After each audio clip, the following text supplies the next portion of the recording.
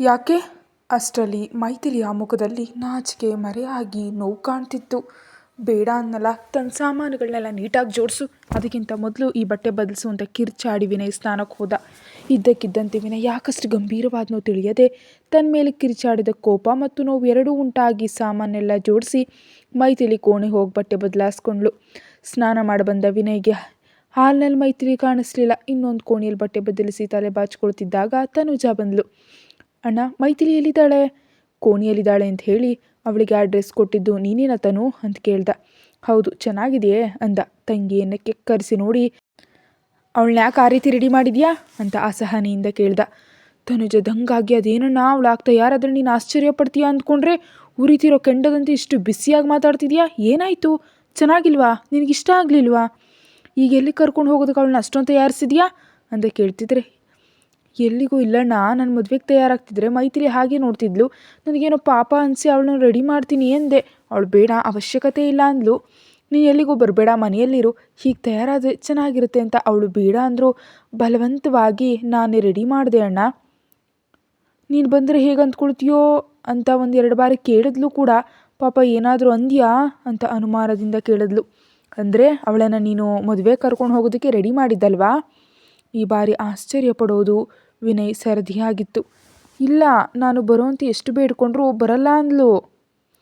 ನನ್ನ ಫ್ರೆಂಡ್ ಅಂತ ಹೇಳ್ತೀನಿ ಅಂದರು. ಸರಿ, ನನಗಿಷ್ಟ ಇಲ್ಲ ಜನರ ಮಧ್ಯೆ ಸೇರೋದು ಅಂತ ಮುರಾಜಿಲ್ದೆ ಹೇಳಿಬಿಡ್ಲಣ್ಣ.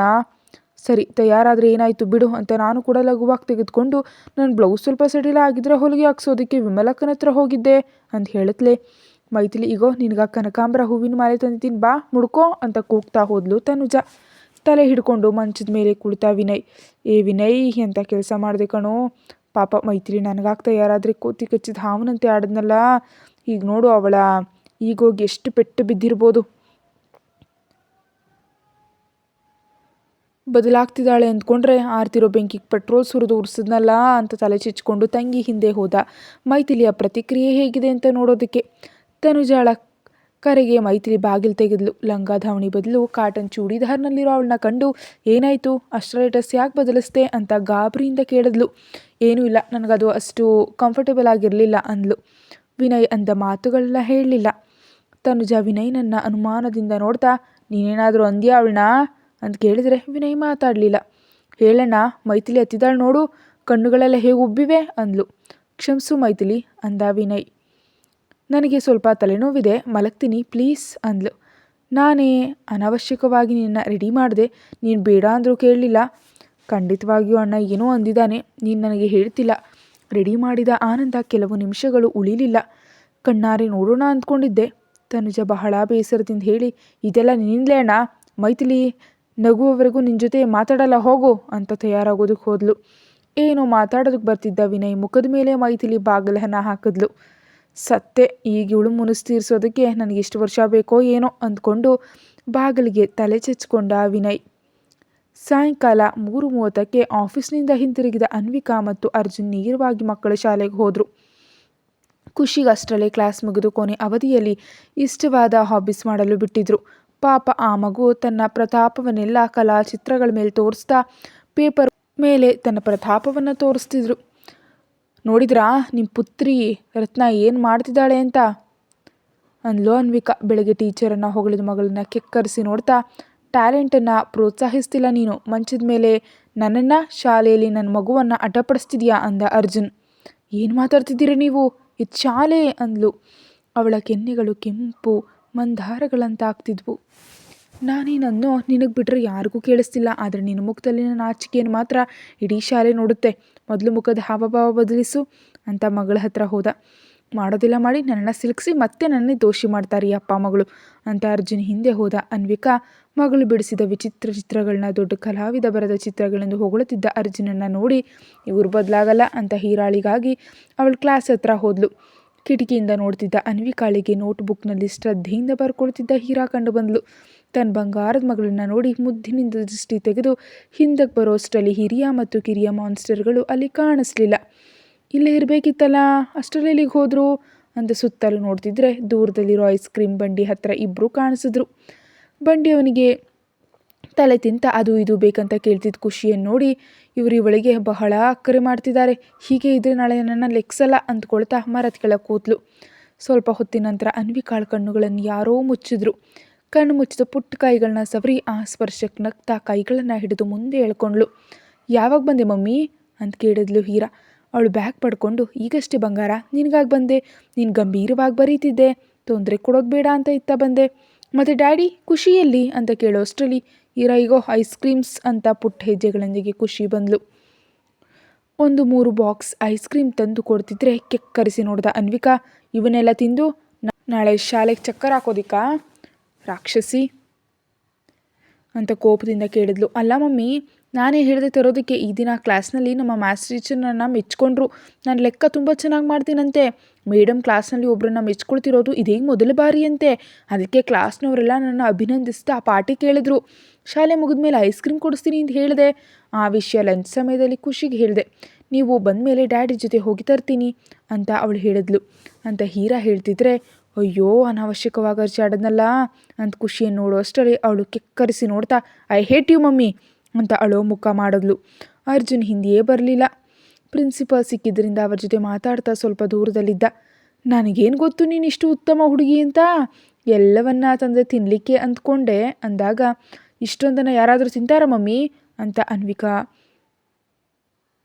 ಅಳಿಗೆ ಅವಳ ಮಗಳು ಬಹಳ ಗಂಭೀರವಾಗಿ ಮಾತಾಡ್ತಿದ್ಲು. ನಿಜವೇ, ಇಷ್ಟು ಪುಟ್ಟ ಹೊಟ್ಟೆಯಲ್ಲಿ 4 ಕಪ್ ಐಸ್ ಕ್ರೀಮ್ ಹಿಡಿಯುತ್ತೆ, ಆದರೆ ಇಷ್ಟೆಲ್ಲ ಎಲ್ಲಿ ಹಿಡಿಯುತ್ತೆ ಅಂತ ಅನ್ವಿಕಾ ವ್ಯಂಗ್ಯವಾಗಂದಾಗ, ಐ ಹೇಟ್ ಯು ಅಂತ ಮತ್ತೊಮ್ಮೆ ಹೇಳಿ, ಹೀರಾ ರೆಡಿ, ನಾವೆಲ್ಲರೂ ಹಂಚ್ಕೋಣ, ನಿನ್ನ ಫ್ರೆಂಡ್ಸ್ ಅಲ್ಲಿ ಕಾಯ್ತಿದ್ದಾರೆ ಅಂತ ಹೋದ್ಲು.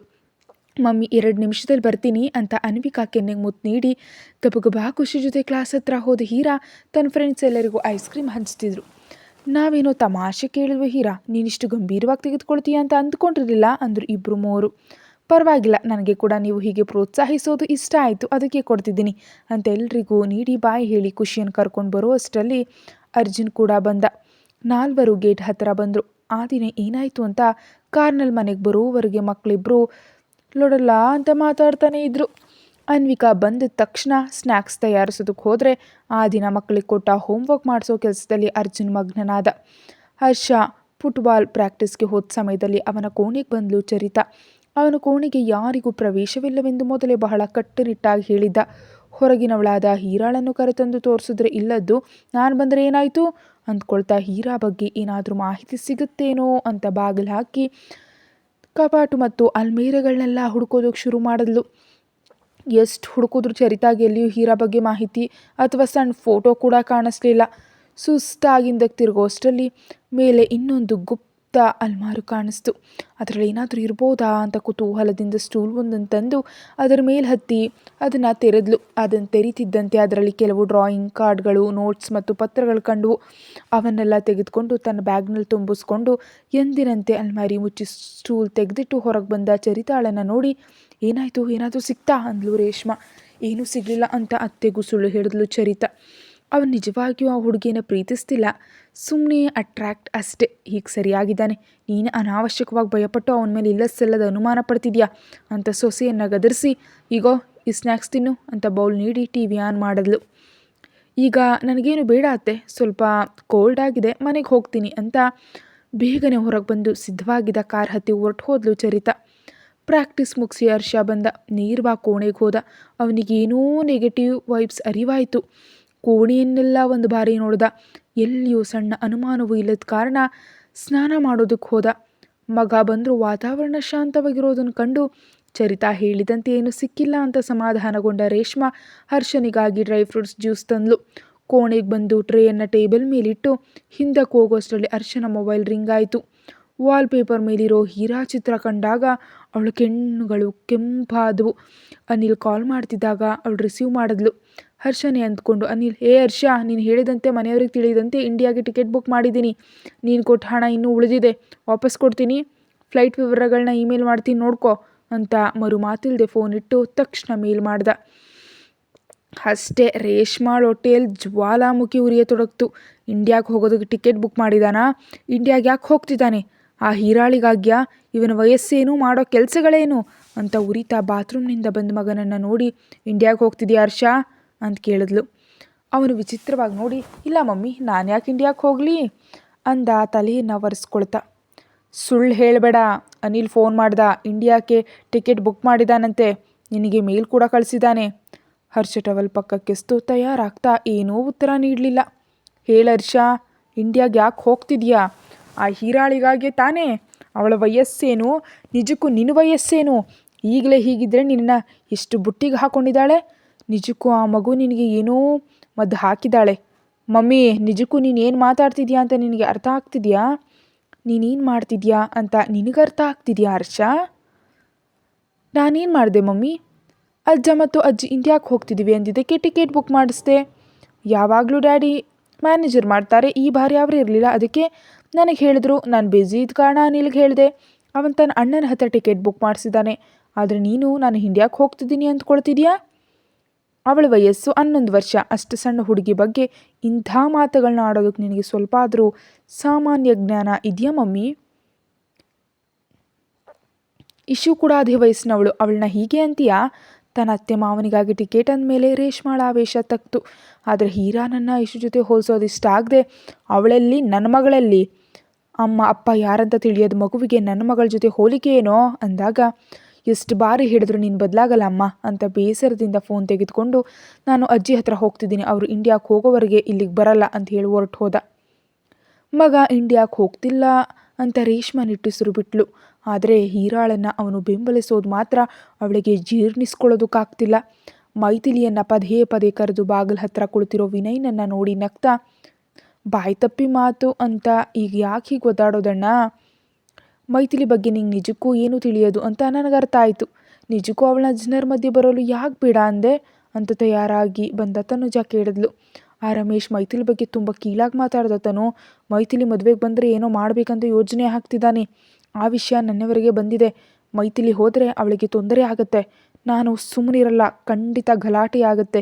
ನಮ್ಮವ್ರ ಮದುವೆಯಲ್ಲಿ ಗಲಾಟೆ ತಂದು ಅವರ ಮರ್ಯಾದೆ ಕಳೆಯೋದು ನನಗಿಷ್ಟ ಇಲ್ಲ. ಅದಕ್ಕೆ ಅವಳನ್ನ ಬರಬೇಡ ಅಂದೆ. ಆದರೆ ಮೈಥಿಲಿ ನಿಜಕ್ಕೂ ಹೋಗ್ತಿಲ್ಲ ಎಂಬುದು ನನಗೆ ತಿಳಿದಿರಲಿಲ್ಲ ಅಂದ. ಅವೆಲ್ಲವೂ ಬಾಗಿಲು ಹಿಂದಿದ್ದ ಮೈಥಿಲಿ ಕೇಳಿಸಿದ್ವು. ಆದರೆ ವಿನಯ್ ಮೇಲೆ ಕೋಪ ಹೋಗಲಿಲ್ಲ. ಆ ರಮೇಶ್ಗೆ ಮೈಥಿಲಿ ಜೊತೆ ಏನು ಕೆಲಸ? ಮೈಥಿಲಿ ಯಾರು ಅಂತ ರಮೇಶ್ಗೆ ತಿಳಿದಿದೆಯೇ? ಹುಚ್ಚು ತಂಗಿ, ಮೈಥಿಲಿ ಯಾರು ಅಂತ ಇಡೀ ಊರಿಗೆ ತಿಳಿದಿದೆ. ಅವಳು ನಿನ್ನ ಫ್ರೆಂಡ್ ಅಂದರೆ ಯಾರೂ ನಂಬ್ತಿಲ್ಲ. ನಾನು ಅವಳನ್ನ ಪ್ರೀತಿಸಿ ಕರ್ಕೊಂಬಂದಿದ್ದೀನಿ ಅಂತ ಅವರೇ ಏನೇನೋ ಊಹಿಸ್ಕೊಂಡು ನಿಶ್ಚಯಿಸಿಬಿಟ್ಟಿದ್ದಾರೆ. ಹಾಗಾದರೆ ಈಗ ಏನು ಮಾಡೋಣ ಅಣ್ಣ? ಮಾಡೋದಕ್ಕೆ ಏನಿದೆ? ಅವಳಿಲ್ಲಿ ಎಷ್ಟು ದಿನ ಖುಷಿಯಾಗಿದ್ದಾಳೋ ಅಷ್ಟು ದಿನ ನನಗೇನೂ ತೊಂದರೆ ಇಲ್ಲ. ಸದ್ಯದಲ್ಲೇ ಕೆಲಸಕ್ಕೆ ಸೇರ್ತಾಳೆ. ಮೈತ್ರಿ ಎಲ್ಲಿ ಇರ್ತೇನೆ ಅಂತ ಅಲ್ಲಿ ಇರ್ತಾಳೆ. ಇಲ್ದಿದ್ರೆ ಯಾವುದಾದ್ರೂ PGಗೆ ಸೇರಿಸ್ತೀನಿ ಅಷ್ಟೇ ಹೊರತು ನನ್ನ ಕಾರಣದಿಂದ ಅವಳು ಮಾತು ಕೇಳೋದನ್ನು ನಾನು ಸಹಿಸಲ್ಲ. ಅದಕ್ಕೆ ಆವೇಶದಲ್ಲಿ ಯೋಚಿಸದೆ ಕೂಗಾಡಿದೆ. ಅಂತಿರುವಾಗಲೇ ಬಾಗಿಲು ತೆರೆಕೊಂತು. ಮೈಥಿಲಿ ಜೊತೆ ಮಾತನಾಡಬಹುದೆಂದ ಆಸೆಯಿಂದ ಮೇಲೆದ್ದು ಅವಳ ಕಡೆ ನೋಡ್ದ ವಿನಯ್. ತಾನು ಹಾಕೊಂಡಿದ್ದ ಒಡವೆಗಳನ್ನೆಲ್ಲ ತೆಗೆದು ಕೈಯಲ್ಲಿ ಹಿಡಿದಿದ್ದ ಮೈಥಿಲಿ, ತನು ಈಗೋ ಇವು ಅಂತ ಅವಳಿಗೆ ನೀಡಿ, ನಂಗೆ ಸ್ವಲ್ಪ ತಲೆನೋವು ಇದೆ, ಮಲಗ್ತೀನಿ, ಹೆಬ್ಬಿಸ್ಬೇಡ, ಜಾಗರೂಕತೆಯಿಂದ ಹೋಗಿ ಬಾ ಅಂಥೇಳಿ ಬಾಗಿಲು ಹಾಕ್ತಿರುವಾಗ ಕೈ ಮತ್ತು ಕಾಲು ಅಡ್ಡ ಇಟ್ಟ ವಿನಯ್. ತನು, ನಿನಗೆ ಬೇಸರ ಆಗಿದ್ದರೆ ನೀನು ರೆಡಿಯಾಗಿ ಹೋಗು, ಅವಳ ಜೊತೆ ನಾನು ಪರ್ಸ್ನಲಾಗಿ ಮಾತಾಡಬೇಕು ಅಂದಾಗ ತನುಜ ನಗ್ತಾ, ಸರಿ ಅಣ್ಣ, ನನ್ನ ಫ್ರೆಂಡ್ ಜಾಗ್ರತೆ, ಕೋಪ ತರಿಸಿದ್ರೆ ನೀನು ಮುಖ ಪುಡಿ ಮಾಡ್ತೀನಿ ಅಂತ ಒಡವೆಗಳನ್ನ ಹಾಕ್ಕೊಂಡ್ಳು. ಬಾಯ್ ಮೈಥಿಲಿ ಅಂತ ಹೇಳಿ ಹೊರಟು ಹೋದ್ಲು. ಮನೆಯ ಬಾಗಿಲು ಹಾಕಲು ಶಕ್ತಿ ಮೀರಿ ಪ್ರಯತ್ನಿಸಿದ ಮೈಥಿಲಿಗೆ ಅದು ಸಾಧ್ಯವಾಗದೆ ಬಿಟ್ಬಿಟ್ಲು. ವಿನಯ್ ಒಳಗೆ ಬಂದು ಬೋಲ್ಟ್ ಹಾಕಿ ಮೈಥಿಲಿಯನ್ನು ಅಪ್ಕೊಂಡು ಸಾರಿ ಅಂದ. ಕುತ್ತಿಗೆ ಮೇಲೆ ಮುತ್ತಿಟ್ಟು, ಬಿಡು ವಿನಯ್ ಅಂದಿದ್ದ ಮೈಥಿಲಿ ಧ್ವನಿಯಲ್ಲಿ ಕೋಪಕ್ಕಿಂತ ನೋವೇ ಹೆಚ್ಚಿತ್ತು. ಬಿಡಲ್ಲ, ನಾನು ಮಾತಾಡಿದ್ದು ತಪ್ಪೇ, ಯೋಚಿಸ್ಲಿಲ್ಲ. ನೀನು ನನ್ನ ಕಾರಣದಿಂದ ನೋವುಪಟ್ಟರೂ ಸಹಿಸ್ತೀನಿ, ಆದರೆ ಅಂತ ಮೈಥಿಲಿ ಮುಖವನ್ನು ತನ್ನ ಕೈಗಳಲ್ಲಿ ಹಿಡಿದು, ಪ್ಲೀಸ್ ಕ್ಷಮಿಸು, ಈ ಡ್ರೆಸ್ನಲ್ಲಿ ಹಚ್ಚ ಕನ್ನಡದ ಹುಡುಗಿ ಅಂತ ತುಂಬ ಸುಂದರವಾಗಿ ಮುದ್ದಾಗಿ ಕಾಣ್ತಿದ್ದೆ ಗೊತ್ತಾ, ನಾನೇ ದಡ್ಡ, ಅನಾವಶ್ಯಕವಾಗಿ ಕೂಗಾಡಿ ನಿನ್ನ ಹೀಗೆ ನೋಯಿಸ್ದೆ ಅಂತ ಹಣೆ ಮೇಲೆ ಮುತ್ತಿಟ್ಟ. ಅವನು ಕೇಳಿದ ಕ್ಷಮೆಯೋ ಅಥವಾ ಕ್ಷಮಿಸುವಂತೆ ಕೇಳಿದ ರೀತಿಯೋ ಏನೋ ಮೈಥಿಲಿ ಮನಸ್ಸಿನ ನೋವು ಸ್ವಲ್ಪ ಕಡಿಮೆ ಆಯಿತು. ಅವಳಿಂದ ಭಾರತಿರೋದನ್ನು ಕಂಡು ಖುಷಿಯಾದ ವಿನಯ್, ನನಗಾಗಿ ಇನ್ನೊಮ್ಮೆ ಹಾಕಿ ತಯಾರಾಗಬಾರ್ದಾ, ನೋಡ್ಬೇಕನ್ನಿಸ್ತಿದೆ ಅಂದ. ಟಪ್ ಅಂತ ಒಂದು ಏಟು ಕೊಟ್ಲು ಕೆನ್ನೆಗೆ. ವಿನಯ್ ನಗ್ತಾ, ಪ್ಲೀಸ್ ಕಣೋ, ತುಂಬ ಚೆನ್ನಾಗಿದೆ, ಸೀರೆ ಉಟ್ರೆ ಶೂರ್ಪನಖಿ ಕೂಡ ಚೆನ್ನಾಗಿರ್ತಾಳೆ ಅಂತ ನಿನ್ನ ನೋಡಿದ ಮೇಲೆ ತಿಳಿಯಿತು ಅಂತಿಂದರೆ ಇನ್ನೊಂದು ಏಟು ನೀಡಿ, ನಾನು ಶೂರ್ಪನಖಿಯಾ ಅಂದ್ಲು ಕೋಪದಿಂದ. ಇವಾಗೆಲ್ಲ ಬಿಡು, ನನಗಾಗಿ ಪ್ಲೀಸ್ ಅಂತ ಮತ್ತೆ ಬೇಡ್ಕೊಂಡ. ನಿಜಕ್ಕೂ ಯಾಕೆ ಬೇಡ ಅಂದೆ ಅಂದ್ಲು ಅವಳು ಅವನ ಮಡಿಲಲ್ಲಿದ್ದೇನೆ ಎಂಬುದು ಮರೆತು. ಅದನ್ನೆಲ್ಲ ಹೀಗೆ ಹೇಳಿ ನನ್ನ ಮೂಡ್ ಮತ್ತು ನಿನ್ನ ಮೂಡು ಹಾಳು ಮಾಡೋದು ನನಗಿಷ್ಟ ಇಲ್ಲ. ತನು ಬಂದಮೇಲೆ ಹೇಳ್ತಾಳೆ ಅಂತ ಪಕ್ಕದಲ್ಲಿದ್ದ ಬಟ್ಟೆಗಳನ್ನ ತಂದು ಇದನ್ನು ಹಾಕೋ ಅಂದ. ನನಗಿಷ್ಟ ಇಲ್ಲ ಅಂದ್ಲು ಮುಖ ತಿರುಗಿಸ್ಕೊಂಡು. ಪ್ಲೀಸ್ ನನಗಾಗಿ ಇಷ್ಟ ಇಲ್ದಿದ್ರು ಮಾಡಬಾರ್ದಾ ಅಂತ ಅಕ್ಕರೆ ತೋರಿಸ್ತಾ ಸ್ವಲ್ಪ ಹೊತ್ತು ಅವನಿಂದ ಬಿಡಿಸ್ಕೊಂಡು ತನ್ನ ಅಹಂಕಾರವನ್ನು ಶಾಂತಗೊಳಿಸಿದ ಮೈಥಿಲಿ, ಸರಿ ಪೀಡಿಸ್ಬಿಡ, ಹೋಗು, ಉಟ್ಕೊಳ್ತೀನಿ ಅಂದ್ಲು. ನಾನು ಇಲ್ಲೇ ಇರ್ತೀನಿ ಅಂದಾಗ ಕೆಕ್ಕರಿಸಿ ನೋಡ್ತಾ, ಏನು ನಿನ್ನ ಉದ್ದೇಶ ಅಂದ್ಲು. ನಿನ್ನನ್ನು ನೋಡಬೇಕು ಅಂತ. ಸಿನಿಮಾ ಹೆಸರು ನಾನು ನೋಡಿದ್ದೀನಿ, ಜಾಸ್ತಿ ಮಾಡದೆ ಹೊರಗೆ ಹೋಗು, ಇಲ್ದಿದ್ರೆ ಇದನ್ನು ಕತ್ತರಿಸಿ ಹಾಕ್ತೀನಿ ಅಂದ್ಲು. ನಾನು ನಿನ್ನ ನೋಡ್ಬೇಕು ಮೈಥಿಲಿ, ಅಲ್ಲಿ ಉದುರು ಹೋಗುತ್ತವೆ, ಹೊಡೆದ್ರೂ ಪರವಾಗಿಲ್ಲ ಕಚ್ಚಿದ್ರೂ ಪರವಾಗಿಲ್ಲ ಅನ್ನುತ್ತಾ ಹತ್ತಿರ ಬರ್ತಾ, ಗಾಯಗಳೆಲ್ಲ ವಾಸಿಯಾದ್ವ ನಿಜಕ್ಕೂ ಅಂತ ಅವಳನ್ನು ಗೋಡೆಗೆ ಸಿಲುಕಿಸಿ ಕೇಳ್ದ. ಒಮ್ಮೆಲೆ ಮೈಥಿಲಿಯ ಕಣ್ಣಲ್ಲಿ ನೀರು ತುಂಬಿತು.